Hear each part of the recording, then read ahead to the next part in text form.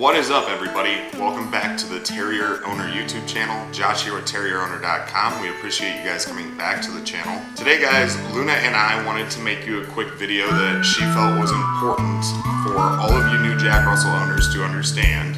And it's going to be all about how to build trust with your Jack Russell. This could apply, guys, whether you're getting ready to adopt a Jack Russell from a breeder, maybe you're getting ready to rescue a little bit older Jack Russell, or maybe you've already adopted your Jack Russell and you just want some extra tips on how you can build up the trust faster.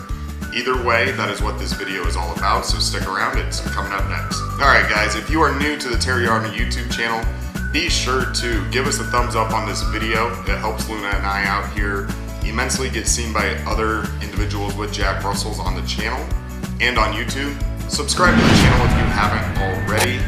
This channel is all about helping new Jack Russell owners learn how to take care of their dogs, learn some tips and tricks along the way, and have some fun watching Luna and I here do some silly stuff sometimes. And the last little announcement, something that I always say, be sure to check out TerrierOwner.com. The link is going across the bottom of the screen now. That is the blog for this YouTube channel where we write all about Jack Russell Terriers and some other frequently asked dog questions. Check it out.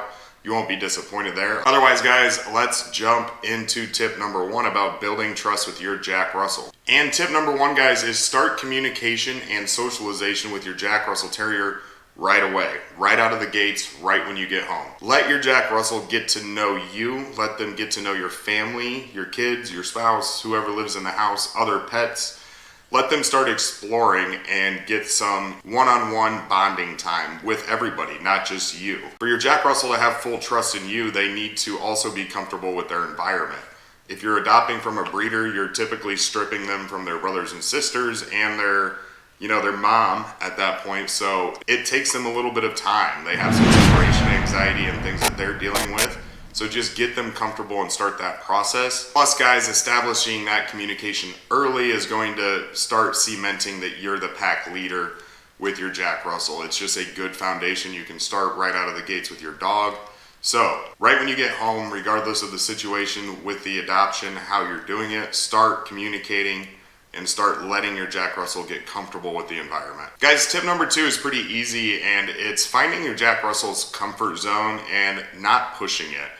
Now, this is kind of tricky when this is a puppy. They don't really have a comfort zone per se. They just want to be held. They sleep a lot, they want love, and they follow you everywhere just like they do when they're 2 years old, 5 years old, whatever at that point. But as they get older, you can start to understand their comfort zones. And this is where building or breaking the trust might come in. For Luna here, she doesn't really like being picked up by people outside of our family. And she almost will cower behind us looking for that protection, and that's part of the trust being built. So once you start realizing, what your Jack Russell is comfortable with and what they enjoy, what kind of comfort they need, you can provide that and not push those boundaries. So that's my second top tip for you guys, is understand what makes them comfortable and uncomfortable and provide it.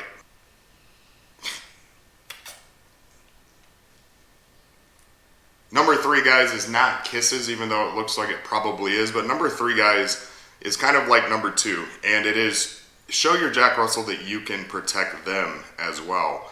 I think we can all agree that this is one of the most fearless dogs that exist. They're really not scared of anything, but even though it feels like they're the protector of you and your family, trust can be built and it can go a long way if they know that you have their back too. Luna still has some things that she doesn't like. Like I just mentioned, she doesn't like being picked up by other people. She doesn't get necessarily aggressive or anything like that, but she does look at whoever from my family is around and just kind of goes near our legs. And she wants to know that, hey, if I don't like a situation, I can come to you and you will make it better for me. She also doesn't like thunderstorms, so not putting them in a situation where they have to cower in a corner during one is probably a good idea. And on walks and things like that, she still hates things like cars that are going by very fast, bicycles, and that's when she kind of hides and just kind of looks up and stares at me. And it's not that they really need anything from you except reassurance that it's okay, let's keep finishing this walk. Show that you can protect them, even though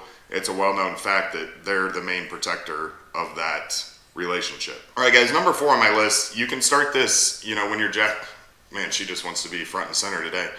Number 4 on my list, guys, you can start when your Jack Russell's a puppy. You can do this today. You can do this at any point, but kind of the same thing that applies with interacting with your children is just give them whatever time you have that's uninterrupted. I'm not saying you have to look deep into their soul and sit on the couch and just stare them in the eyes, but give them 5 minutes a day where it's not your phone dinging or during a hectic time when tons of commotion is going on, but 5 minutes a day where you just kind of, stop what you're doing, pet them, have a stupid little conversation with them. Those little things are what builds the trust. I think she's going to sleep. Those little things are what start building the trust and the relationship for the long-term bond. So try and find time where it's just you and your dog. It doesn't even have to be 5 minutes if you can't provide 5 minutes. It could be 2 minutes. It could be exercise when you're just chatting with them, going for a walk. But find a way to provide that and the trust will form because of it. All right, guys, number 5, and you should know this about me by now, but I actually break this rule, so I apologize, Luna, that I don't allow it. But number 5, I could see why it builds trust so easily, but let your dog sleep with you in the bed. I know that this isn't going to be like conversation time with your dog or even necessarily playtime, but I can see the standpoint of why this would build trust. They're laying by you. It's a comfort thing. They feel protected. They feel like they're protecting you. It's kind of a two-way street where it's just cementing a better bond. Me personally, I guess I value sleep too much, and I just can't stand how she behaves in a bed and how long it takes her to get comfortable buried underneath all the blankets. But if you are struggling with trust, or maybe you adopted a rescue Jack Russell that's already 3 or 4 years old and you're pretty timid or scared that it's going to be a struggle to build trust with them, that would probably be a really good thing that could speed up the process, so to speak, for sure, I think. That's not scientific research by any means. It's just a pretty educated, common sense guess I'm going with. But give it a try if you're struggling and see if that helps. Number 6, guys, is so important that I have separate videos on this channel for, and we talked about this when we talked about tip number 1, but the separation anxiety phase is real with this dog. Again, if you're coming from a breeder, you're probably taking them from their family.